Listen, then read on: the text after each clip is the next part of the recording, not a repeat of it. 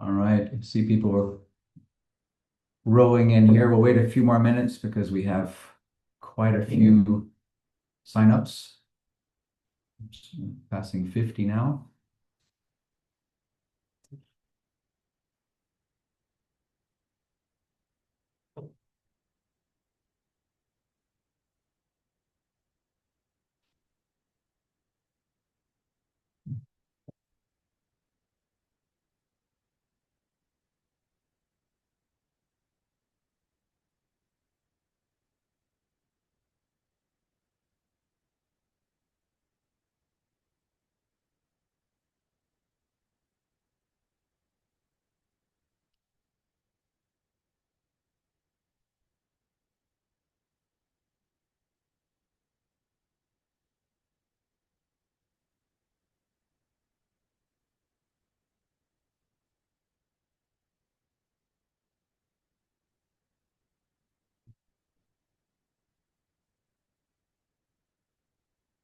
For those just joining, we'll wait a few more minutes here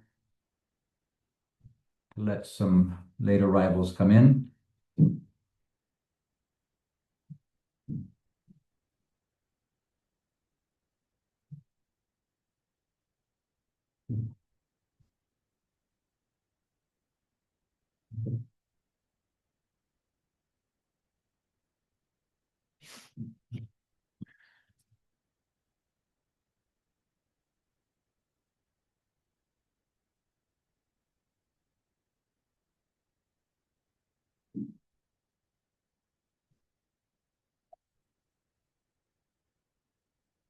Okay, I think we're going to get going.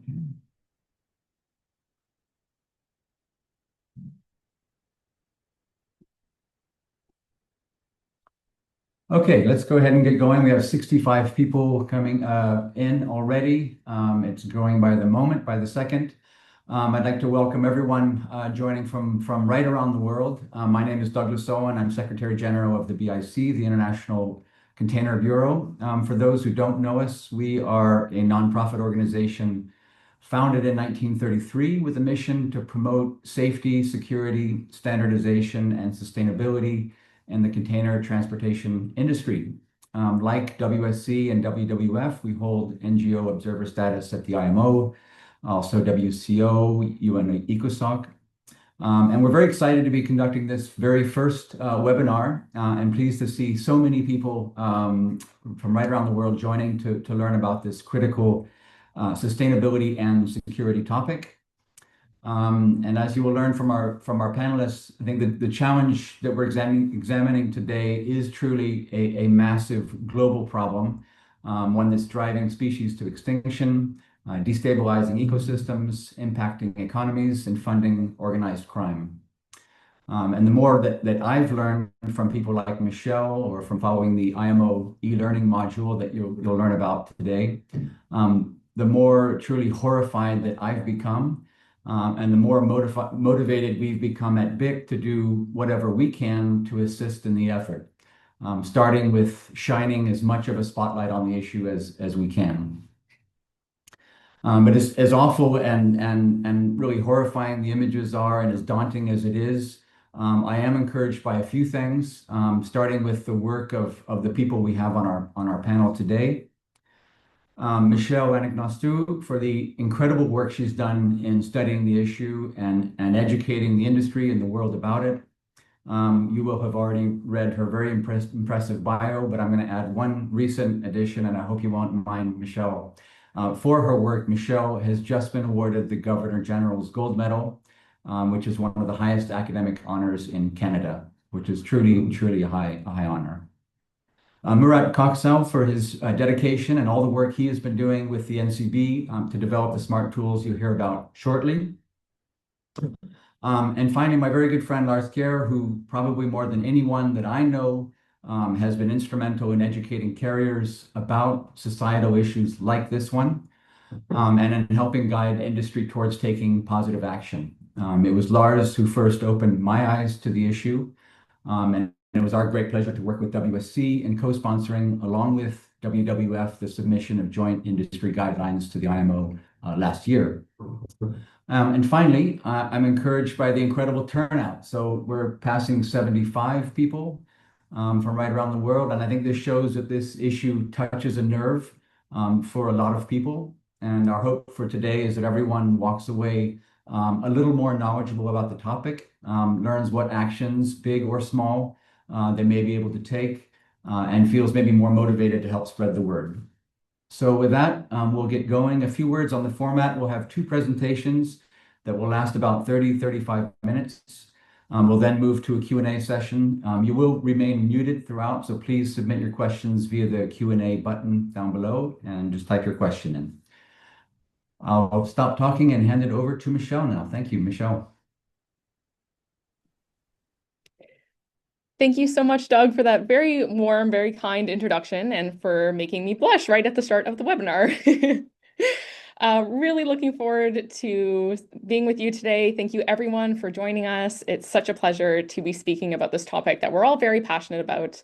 And good morning, good afternoon, and good evening, because I know there's people tuning in from a multitude of different time zones. Today, we are going to be providing an overview of our exciting new project to disrupt wildlife trafficking in maritime supply chains.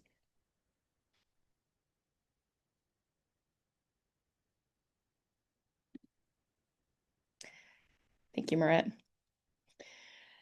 So on the agenda for today's discussion, I'll just be providing a very brief overview of the problem of illegal wildlife trade, as I know we have a few experts in the crowd, but the bulk of our audience today is maritime industry professionals.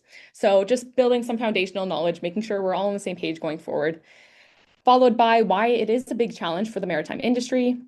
Then we'll explain our technological innovation, how it works, what we've achieved so far, and concluding with our key takeaways before handing the floor over to our next speaker.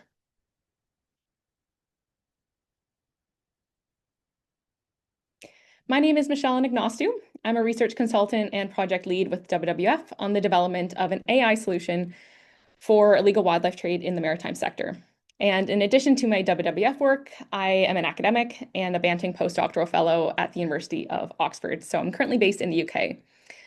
I've researched legal wildlife trade full-time for over 7 years now, closely collaborating with law enforcement agencies in Africa, Asia, and North America, with particular expertise on the organized crime dimensions of this crime.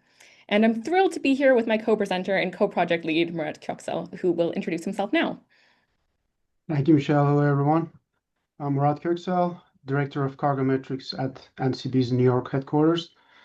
About 25 years in the maritime industry. I'm passionate about the safe movement of goods.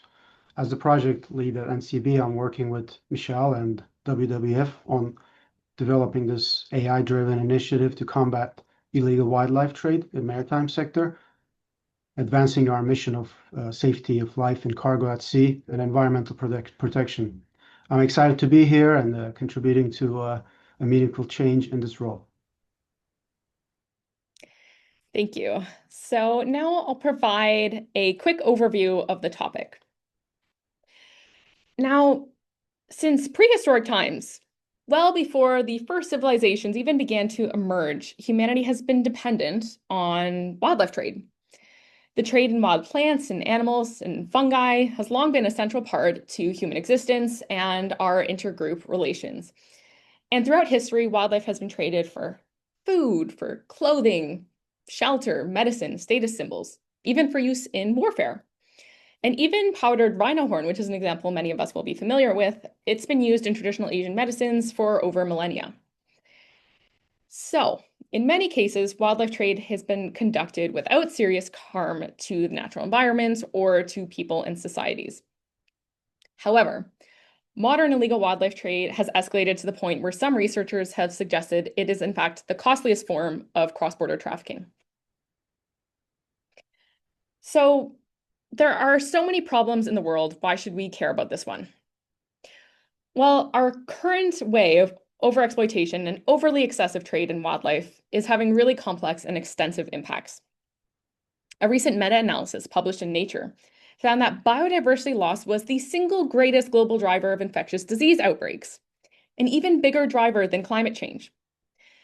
New infectious diseases are on the rise, and they often originate in wildlife, and we are headed right down the path of more pandemics. And I think we are all very well versed now on the cost of that to society.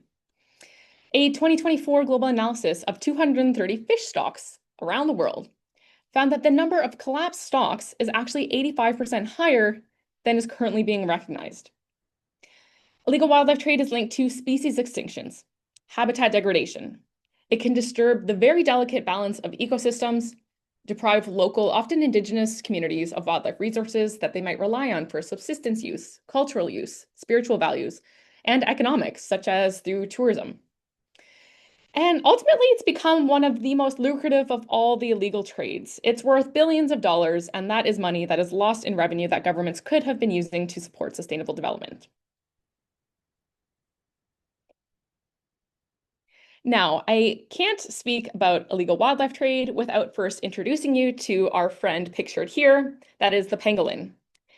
So there are 8 species of pangolin worldwide. There are 4 in Africa and 4 in Asia. And this is the most trafficked mammal in the world today. Now, it's pretty defenseless when being hunted. They kind of roll up into these little balls where their scales protect them from predators. They can't get through. So this might work with a lion or a leopard, but for humans, this is a pretty useless defense because hunters just kind of pick them up and pop them in a bag. So their scales are made of keratin. That's the same stuff as our hair and our fingernails. And yet the pangolin trade is so lucrative for the use of these pangolin scales in traditional medicines, particularly in parts of Southeast and East Asia. Over the past decade, over 1 million pangolins have been poached from the wild to feed consumer demand for meat, scales, and other body parts. Their meat is also considered a delicacy in many parts of the world, while their scales are used in traditional medicines and are believed to treat a range of ailments. So just to give you a sense of what this trade looks like, this is just one example of a recent seizure, one of many. Nigerian authorities seized 3.76 metric tons of pangolin scales and arrested 5 people in Lagos just a couple of months ago. And the Wildlife Justice Commission estimates that the scales came from at least 1,900 dead pangolins. So those bags you can see there are just kind of filled to the brim with pangolin scales. And there have been many other pangolin scale seizures just in 2025. And one record seizure happened in Singapore in 2019 of 12.9 tons of pangolin scales. That was worth over 38 million USD. And that was just one seizure.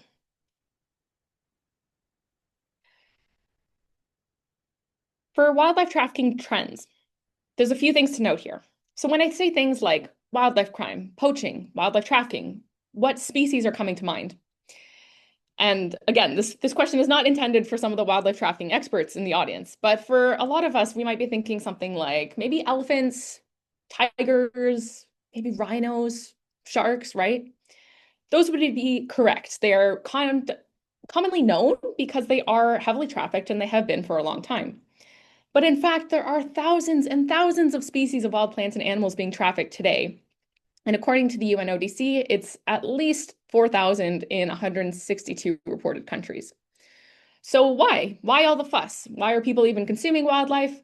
It's just about every reason you can think of. Clothing, fashion accessories, art, decor, furniture, jewelry, cosmetics, perfumes, meat and seafood production, pets, zoos, medicines and tonics, etc. Wildlife trade is all around us.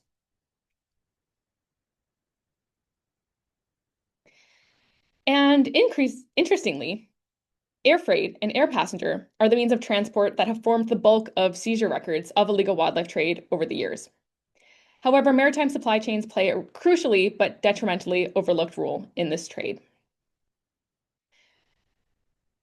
And it's estimated that 80 to 90% of the total volume of international trading goods is carried by sea. The largest container ships carry more than 24,000 containers. And as we know, on average, under 2% are physically inspected at entry and exit points. So essentially, we know that a lot is going undetected. These maritime shipping networks are vast, they're complex, and they facilitate the movement of goods worldwide. And they're a very attractive avenue for wildlife smugglers to transport endangered species and their parts and products. So we have the sheer volume of containerized cargo, limited capacity for inspections, the difficulty of monitoring these vast ocean routes, All of this creating significant challenges in preventing, detecting, and disrupting illegal wildlife trade. Wildlife traffickers know this, and they take advantage of these existing loopholes and challenges to exploit legitimate international shipping services to move illegal products internationally. And so addressing wildlife trafficking within maritime supply chains is therefore critical to better protect endangered species. And container booking processes remain a significant vulnerability for many types of illegal trades. Traffickers often complete bookings for cargo space with pretty limited scrutiny, and this makes it difficult to keep trade flows and supply chains free from illegally exploited wildlife. So clearly, this is a space where technology solutions have very significant potential to strengthen port screening and control. However, there is currently no industry-wide universal tool for cargo screening to identify illegal wildlife shipments. We don't really have the most efficient and accurate methods, and our traditional detection methods are slow, they tend to be more reactive, and they're unable to keep up with the rapidly changing tactics of the organized crime networks that are involved in wildlife trafficking.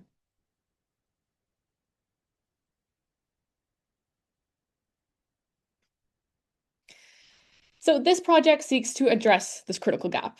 That is the lack of a proactive AI-powered system that not only detects illegal shipments actually before they cross borders, but also establishing a standardized framework for response. And this absence of a unified data sharing platform is also hindering international cooperation, which we widely recognize as one of our biggest challenges in this field. Our project is creating the proof of concept technology solution to screen bookings and shipping documentation for misdeclared or undeclared wildlife products. And we're very grateful for financial support from Swire Shipping and WWF's Innovation Fund. NCB Hazcheck, who we'll hear more about in a minute, is working closely with WWF by providing these adaptive algorithms for the technology solution and expanding their systems for the real-time detection of illegal wildlife shipments. The POC stage is focused on two heavily trafficked wildlife products, elephant ivory and pangolin scales. So of course, first we needed data to begin to inform our detection algorithms. This was kindly provided by our partner NGOs, Traffic, and EIA, the Environmental Investigation Agency, through an MOU for these two types of really heavily trafficked wildlife products, as well as staying on top of alerts such as from law enforcement or United for Wildlife. EIA and Traffic shared historical data on illegal wildlife trade seizure incidents that they've collected going all the way back to 1990, so we've developed a pretty good picture. There was a combined total of 17,000 seizure incidents for pangolins and elephant ivory, and these two products are also often trafficked together, which makes data analysis and identifying trends a pretty cohesive effort. And this project is going to introduce a standardized approach for a few things. What to detect, and that's going to be defined by WWF's expertise in illegal wildlife trafficking. How to detect it, handled by Hazcheck's AI-powered systems.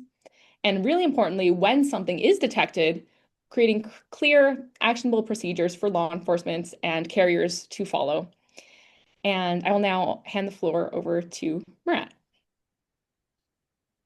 Thanks very much, Michelle. You set the stage there tremendously. So I'll before talk about the Hazcheck Detect today and what it is and then where we are, I'd like to very quickly talk about the background.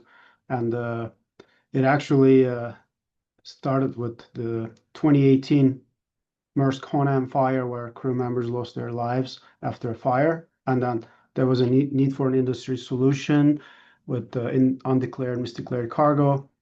Project started 2019. And there was a need for innovation, and then 2020 it went live. Fast forward, now NCB and Hazcheck are a trusted partner to global maritime carriers.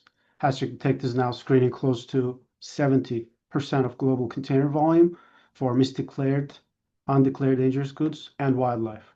Estimated to process more than 250 million bookings in 2025 and ensuring dangerous goods compliance for over 80% of world's container volume.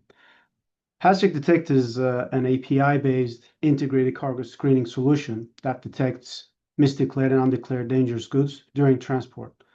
It uses constantly evolving libraries, and it can accept full customer booking data and screens whenever changes are made within client's own systems. It generates a new API each time with the aim of identifying suspicious cargo to users for thorough investigation. The use of real-time cargo screening allows non-compliant cargo to be presented to the users within seconds, not hours or even days, which are more typically associated with manual or batch process systems. Let's talk about a little bit about the process.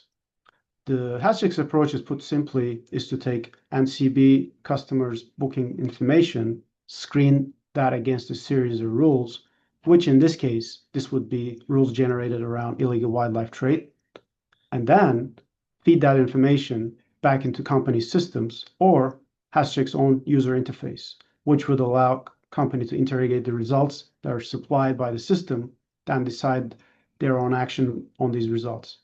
What kind of actions? So that could include shipping line deciding to further investigate the documentation. It might be reporting to authorities. It might be a container inspection. There are different avenues. One of the things that we're concerned about operationally is the amount of information that the system returns. We aim to increase the resilience of maritime supply chains while securing business continuity by only identifying the highest risk shipments for illegal wildlife trade. We highlight only bookings that we're most confident that this container fits much of the profile around the illegal wildlife trade. I'd like to talk about the AI and the machine learning component a little bit, now that we talked about the process, simply how it works. So we started with rules, keywords, anomalies, and then now we're adding, and we've already added additional layers. So we now have models running which can detect dangerous goods without any rules. Although the model is running, it's continually training. We're about to release our fourth iteration, I believe, ability to detect exception cargo from history and just learn from future bookings. With Hazcheck Detect accounting now 70% of container volume and the validation accounting for 80%, we think that it's a perfect place to explore AI and the detection of suspicious cargo for more autonomously using AI. Then we have the natural language processing component, which is ability to detect misdeclared cargo. We're using a declared HS, which is the harmonized system commodity code from a booking, and compares description to the HS code documentation for that region. The comparison is done using a range of machine learning techniques combined with large language models such as GPT to calculate a confidence score. And when the confidence score reaches a threshold, the screening might be targeted for further investigation. Moving on to the library progress. So now we have, specifically talking about the IWT library, we have a lot of rules now. As some of you may know, individual booking data includes commodity name, commodity code, customs description, details on the description of goods, the origin, transit, destination ports, and the parties, who are parties like the consignee, shipper, among other details. So a booking may have been flagged for a combination of reasons, such as a high-risk declared covered commodity, routing, and or an entity that's been named in adverse media. The rule refinement process is ongoing, so it's not static. The more bulletin, intel, routing changes that we constantly maintain this library, so it's kept up to speed on what's going on. And we're very confident that actually what we're doing here in terms of identifying suspicious shipments is eventually going to be transferable to many other traffic species. After pangolins and ivory, would like to expand to additional species of heavily trafficked plants and animals. So let's maybe talk about a little bit a very high-level overview on the results for illegal wildlife trade, specifically for 2024. So last year, we've had some good advancements in the development and deployment on the IWT cargo screening library, enhanced the efficiency and effectiveness of the illicit wildlife trafficking detection. So we focused on expanding the library's coverage, refining its detection algorithms, providing complete integration with our screening tools for the existing clients. So we're now looking at And with the detection capabilities of the library, we've completed 8.3 million screenings with hits on over 29,000 bookings, which are about a 0.36 hit rate. Currently, 13 active cover cargo rules. So what are they? They're declared cargo commodities using bookings to conceal undeclared and misdeclared illegal wildlife products. Then there are suspect parties named in adverse media and seizure incidents, as Michelle was alluding to, for involvement in illegal wildlife trade, and patterns in high-risk bookings, the routes. And obviously, the shipper is the other component of it. And now NCB and Hazcheck is part of cargo safety program, which means these features would be integrated and shared across participating carriers. And Mr. Lars Kea will talk about that in a little later on in his own presentation. Back to you, Michelle. Thank you. So a major milestone that our teams are very excited about was achieved for the project in April 2024, when the International Maritime Organization Facilitation Committee adopted a resolution for updated guidelines on the prevention and suppression for the smuggling of wildlife on ships engaged in international maritime traffic. And specifically, as a key measure for security strengthening and risk reduction, companies in the maritime sector are now encouraged to implement cargo screening tools to facilitate detection of suspicious consignments. So this new and noteworthy resolution is really supporting the more universal adoption of our cargo screening tool by the shipping industry to more effectively mitigate illegal wildlife trade on a truly global scale. And so overall, we're seeing great momentum and potential for the impact of our tool. Our overall outcome will be to create a standardized data platform that enables maritime carriers and law enforcement agencies to collaborate in identifying and preventing illegal wildlife trade. The project will proactively identify suspicious cargo, position maritime carriers as the first line of defense. And this will enhance their ability to detect and report potential trafficking in real time. In the long term, we're hoping that the platform will serve as a critical international data sharing tool, facilitating cooperation between transport sectors and other agencies across borders. And the ultimate goal of the project is to really just create powerful transformative changes to cargo screening that will make engaging in illegal wildlife trade in maritime supply chains much less appealing for traffickers. The rules are going to be continuously adopted, tested, refined with current and emerging partners in maritime and technology sectors. And then once widely implemented and adopted by shipping companies, the cargo screening tool is expected to have a strong impact as traffickers are more likely to avoid shipments that are highly likely to be inspected. So ultimately, the tool will disrupt traffickers' modus operandi and make illegal wildlife trade a higher risk activity. Thank you so much for listening. We hope you found it interesting. We are very happy to take questions towards the end of the webinar. And Murat and I will now be handing the floor over to Lars, who will share some of his insights on the issue with us from the perspective with his incredible expertise with the World Shipping Council. And you are welcome to take down our contact information there, and we're very happy to stay connected. Thank you. Thank you. Thank you very much, Michelle. Thank you, Murat. Just a quick reminder that to use the Q&A function at the bottom of your screen to enter your questions, questions ideally focused on IWT. Thank you very much, and we'll hand it over to Lars, and we'll get to your questions at the end. Thank you.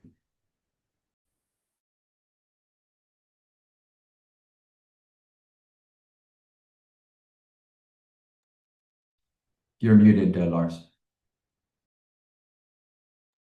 I am. Thank you, Doug.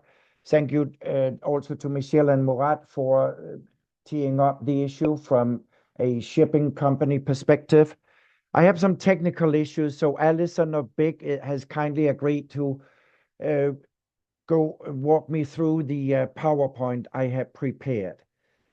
I am with the World Shipping Council, and next slide, Alison, please. And Alice, the World Shipping Council is an international trade association for the international liner shipping industry. The important takeaway from this slide is the information on the far right side. Our members collectively operate more than 90% of the world's liner shipping capacity. And next slide, please. Liner shipping, what is liner shipping? Liner shipping is an industry made up of container carriers and vehicle and ro-ro carriers operating on regular routes on fixed schedules. Compare it to a train running on a regular route on a fixed schedule, hopefully, and a taxi cab. That a taxi cab in our industry would be bulk carriers waiting to be hired. The important takeaway here, next slide, please, is in terms of, those are our members, 22 member companies, and combined, as I said, more than 90% of the global ship industry capacity. Next slide. The challenges we are facing is driven by what I just said. We operate on regular fixed schedules. That is also attractive for those who want to use our industry for illicit purposes. Michelle alluded already to it in her presentation, but the fact that we are moving 250 million containers. Let me break those down. 150 million are packed containers, 100 million are empty containers that are being repositioned. The sheer volume is such that it is not possible to inspect container loads. It would simply gum up the movement of containers. And some may not realize that once we dispatch an empty container from a container depot or from a terminal, that container leaves our custody and oversight, and we will only see that container when it comes back, packed, sealed to a terminal for loading. So we have to rely on what our shipper customer provides in terms of cargo description. They will do that in what we call the shipping instructions. Then we will incorporate that in our bill of ladings. But the industry is based on trust, and there are those who want to exploit that industry, as Michelle also explained. Currently, I should say, until very recently, the industry did not have an industry-wide minimum screening tool that would apply amongst all shipping companies. That is changing. I will come to that in a moment. So please bear with me. In 2 minutes, I will further elaborate on what Murat said in terms of screening tools being stood up. Next slide, please. Before we go into data-driven solutions, I thought it was important to point out that we all have a role to play in combating illegal wildlife trafficking. It is a shared responsibility. There are tools already out there. Michelle mentioned the IMO guidelines from 2022. Where we are proud to say that we participated in the development of these guidelines to give them more prominence. In last year, the IMO's Facilitation Committee elevated the guidelines to a FAL resolution. And what that does mean is that the IMO, working with IMO governments and observers like BIC, WSC, WWF, we are trying to give more prominence to the scourge that is illegal wildlife trafficking. And I'm proud to say that I'm a staff member of an organization where we have commitment from the very highest level, the CEOs of our 22 member companies, that we not only are part of the problem, we very much want to be part of the solution. We don't condone illegal wildlife trafficking, and we don't want our assets, ships, containers, and actually our crew to be exploited in this way. Next slide, please. We therefore, that was one slide back, Alison, please. We participated in the development of the IMO guidelines, but without being critical, I think it's fair to say that the IMO guidelines, to a large degree, are aimed at governments and collaboration amongst governments. There's not that much information addressed to the industry. So we took the initiative of putting together a working group where we had, I'm happy to say, support from a lot of what I refer to as the NGOs, environmental NGOs, including WWF and other trade associations like BIG and Hazcheck and Global Shippers Forum, to develop guidelines based on the IMO guidelines, but aimed at industry with actionable information. We presented those industry guidelines to the IMO's Facilitation Committee. As Doc already said, we did that in a submission co-sponsored by WWF and BIG and the government of Belgium. Belgium, I should hasten to add, is very, very active of everything regarding trafficking, including drug trafficking, and we are very proud to be collaborating with an influential government at the IMO, such as Belgium. Next slide, please. I don't want to go into details. You will see there's both a QR code and also a link to our website where we have posted the industry guidelines. The guidelines are broken into guidance on preventive measures. What can companies, not only shipping companies, what can forwarders, brokers, packers, consolidators do with a view to identifying illicit cargoes? And there are some, as I said, actionable measures, guidance in our industry guidelines. Next slide, please. The next component of our guidelines are what we call red flags. This is not something that we have invented. A lot of the NGOs, Traffic, WWF, UNDP, UNODC, also have these red flag alerts. What we did, however, was we provided a little bit of background to some of the red flags. Some red flags have been presented by others as always being a red flag, when in fact, and I will take cash payments. Cash payments, believe it or not, is still used in various parts of the world. That is not per se a concern. You have to use the fact that a payment has been made in cash for the transport and overlay that with other risk indicators to determine, am I facing an illicit shipment? And if so, what can I do about it?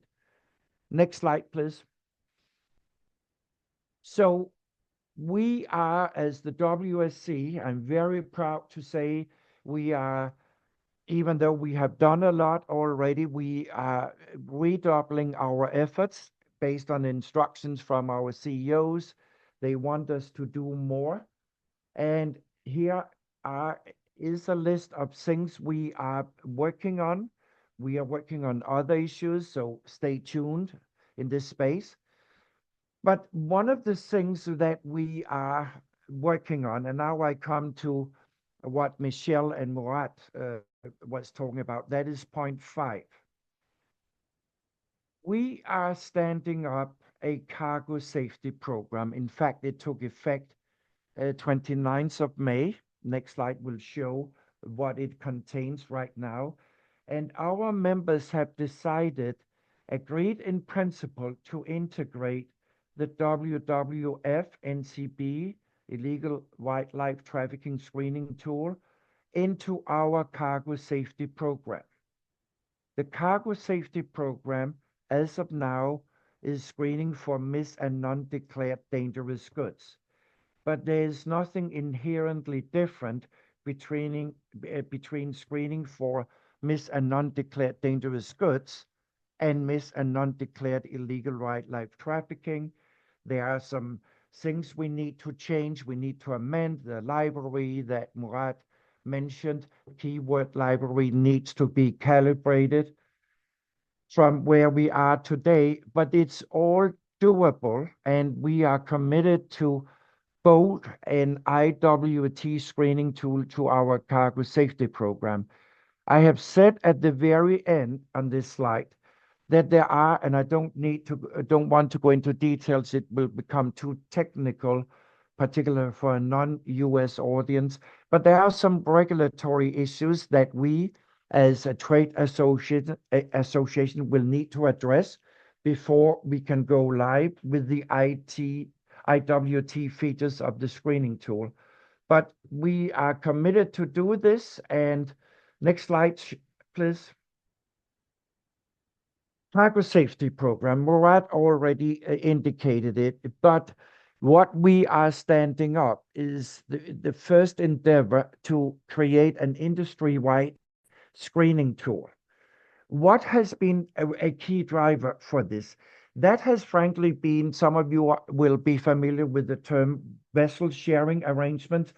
So a shipper comes and books with a shipping company that has a very good screening tool, a proprietary tool, will not accept the booking. Then the shipper will go down the street and book with a shipping company that may not have its own screening tool, will accept the booking, and then the container will end up on the ship of the ship company that first decided not to accept the booking.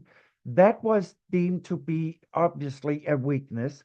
So our members wanted to create an industry-wide minimum set of screening criteria to screen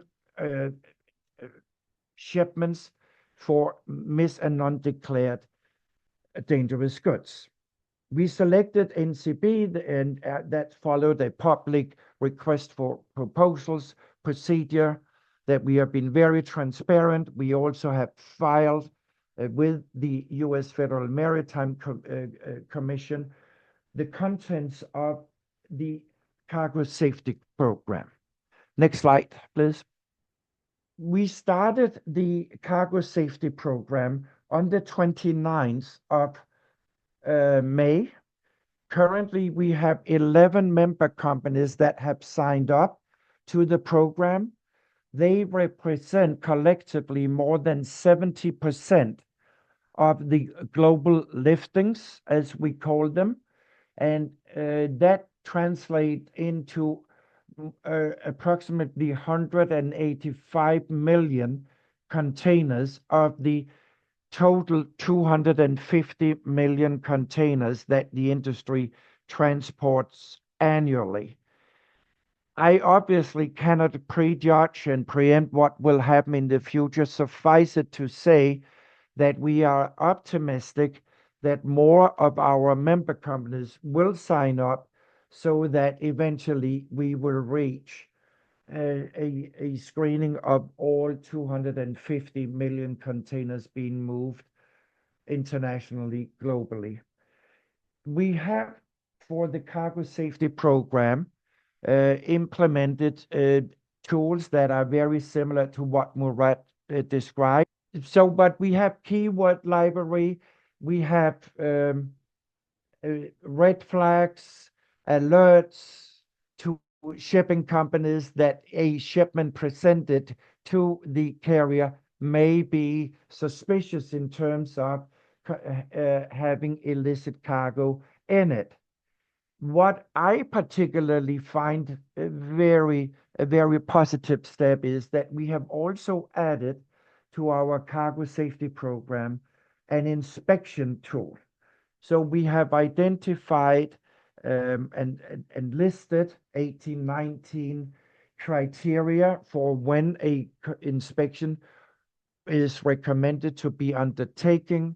We are putting together a list of quote unquote approved inspection companies that our members can contact. And importantly, once an inspection has been done, we have in the program created a tool, reporting tool back to the system. What did the inspection show? Did the inspection show? Thank you. There we go. Did the inspection actually reveal that there was illicit cargo in the shipment, or did the inspection turn out that there were no illicit cargoes in the shipment?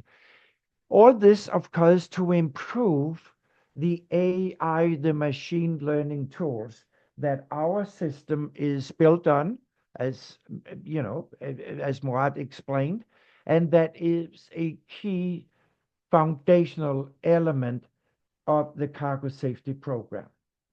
Next slide, I believe that's the next slide. Yes, thank you.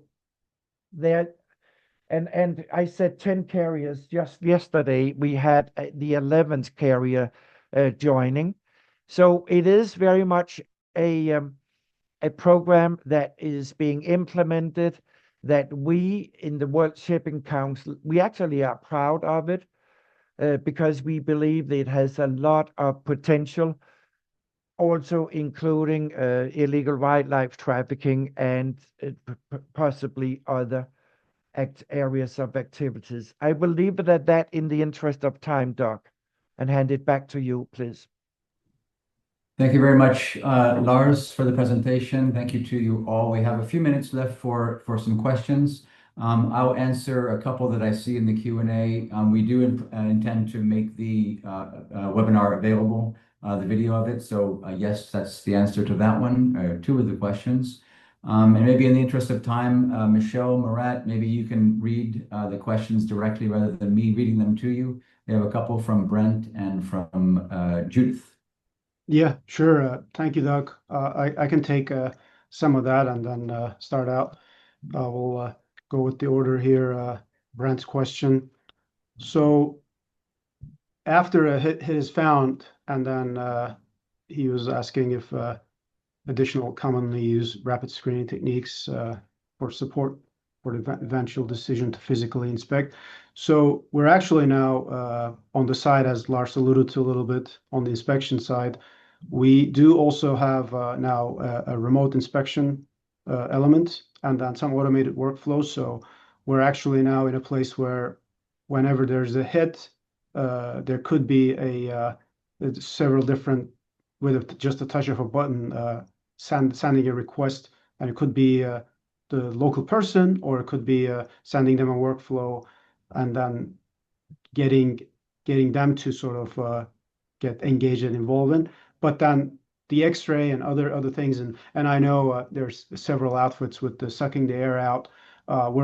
We watched some of their presentations and even the dogs as well.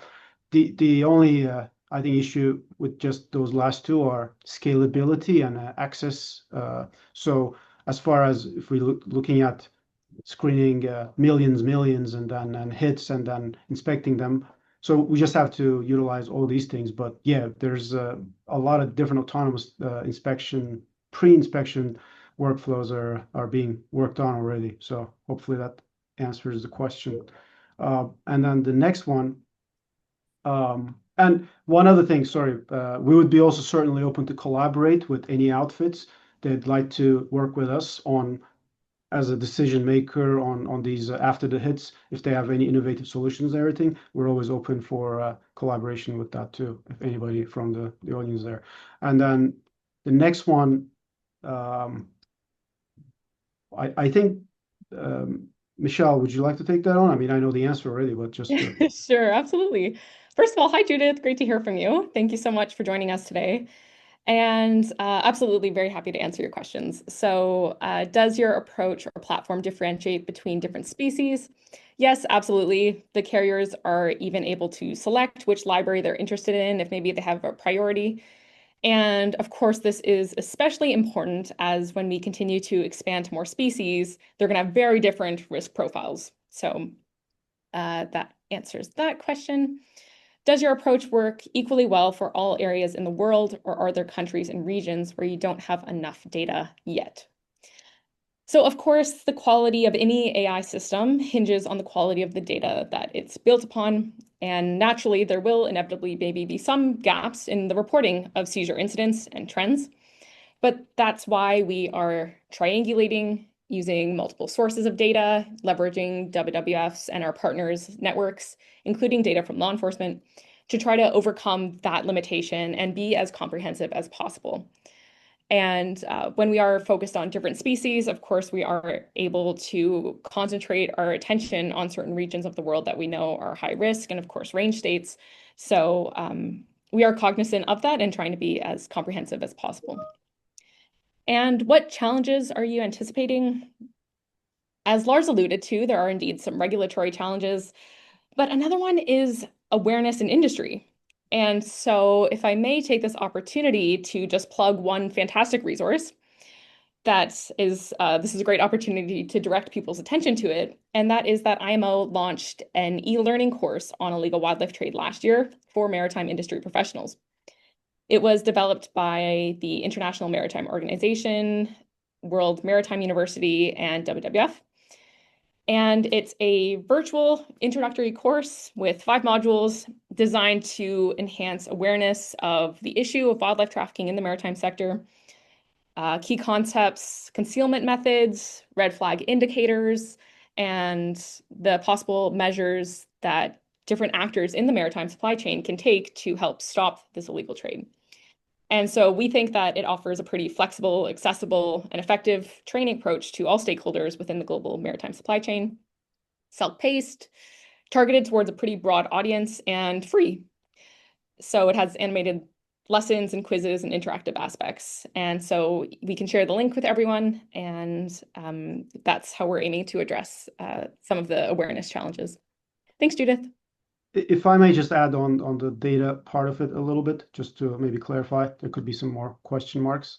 And so when carriers, in this case, Lars was talking about how many carriers signed up and what percentage of that is the global container volume. And then when they actually sign up for the program, they do sign certain agreements in terms of the data and everything. So it's already automatically IW2 libraries part of that system, so they would not be signing additional, or could be, but it would be just very limited because the major work is done already being part of this program, cargo safety program, and this is an additional library part of that.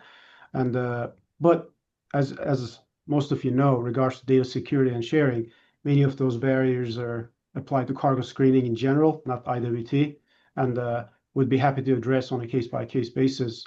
But the program is driven that the hit is sent to the booking data provider, which is in this case carrier, and they choose their action. So it's not communicated anywhere else, if that answers the question. And let's see. There are a couple of questions perhaps I could answer, Murat. Absolutely. One is, thank you. One is from my very good friend Roberto from the Liner Shipping Association in Hong Kong. Roberto, your question has told me that I was remiss in not clarifying that whereas our cargo safety program is being developed within the WSC, it is very much open to non-WSC member companies. In fact, we would very much welcome and urge, you mentioned regional carriers, local shipping lines. We would welcome if regional carriers, intra-Asia carriers, others would join the program. That is certainly already today a possibility.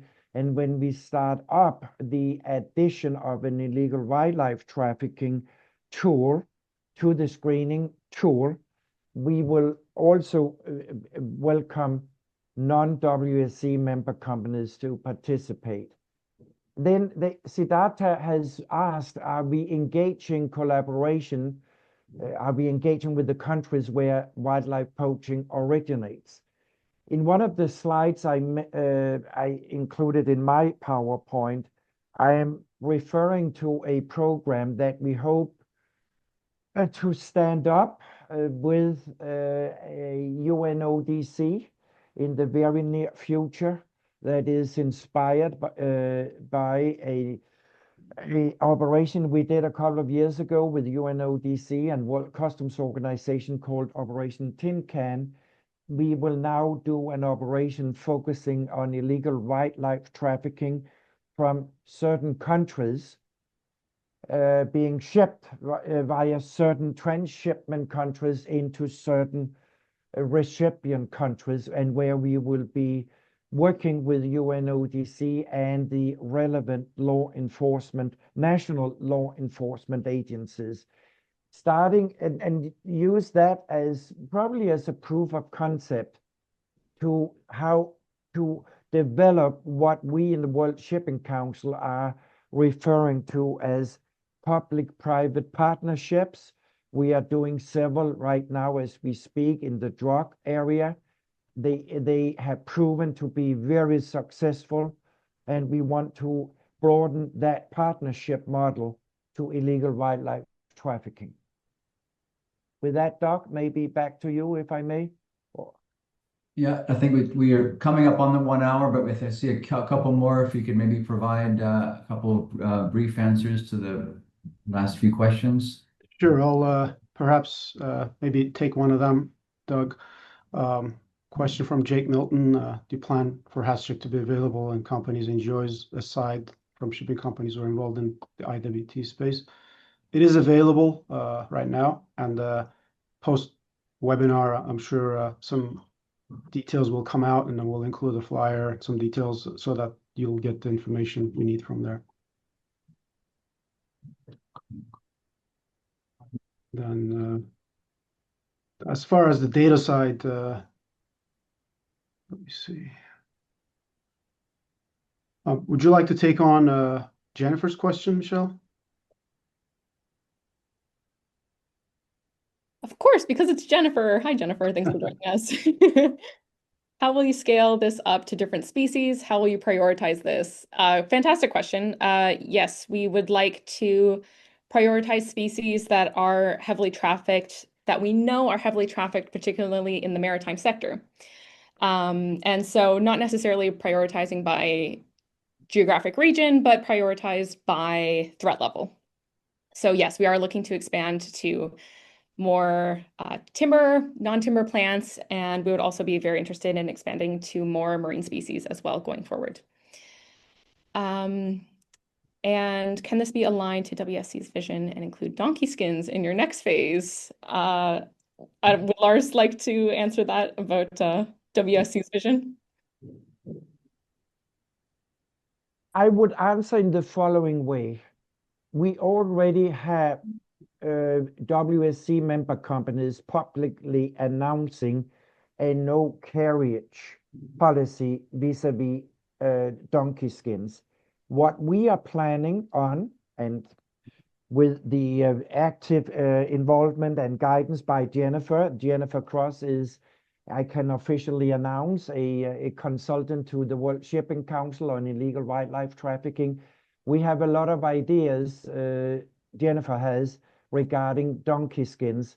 We will first do a awareness raising. Why is donkey skins and the illegal trade that is overlaying legal trade, why is this a concern?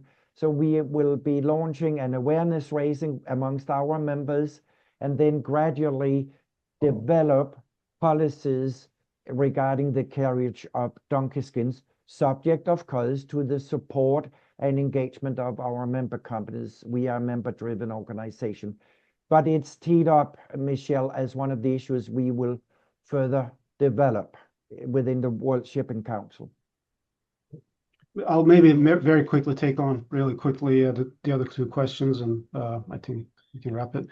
So the first one, after the red flag and everything, how big of a share, and then if it's inspected. That's a really sensitive area. It's a good question, Gabriel. So at this point, the hits goes to the shipping line, and then even after they inspect and all that, during the proof of concept, we would still need the feedback. That's what Lars was talking about earlier. That's the biggest component of this cargo safety program. So that will be more and more as we move along with more carriers and more screenings, and when we get more feedback on inspections, including IWT. So the proof of concept was more focusing on coming up with the library, refining the rules, coming up with the hits, and then changing the routings based on exclusion, inclusions based on the suspects. So, and then the next question is the data on the freight forwarders.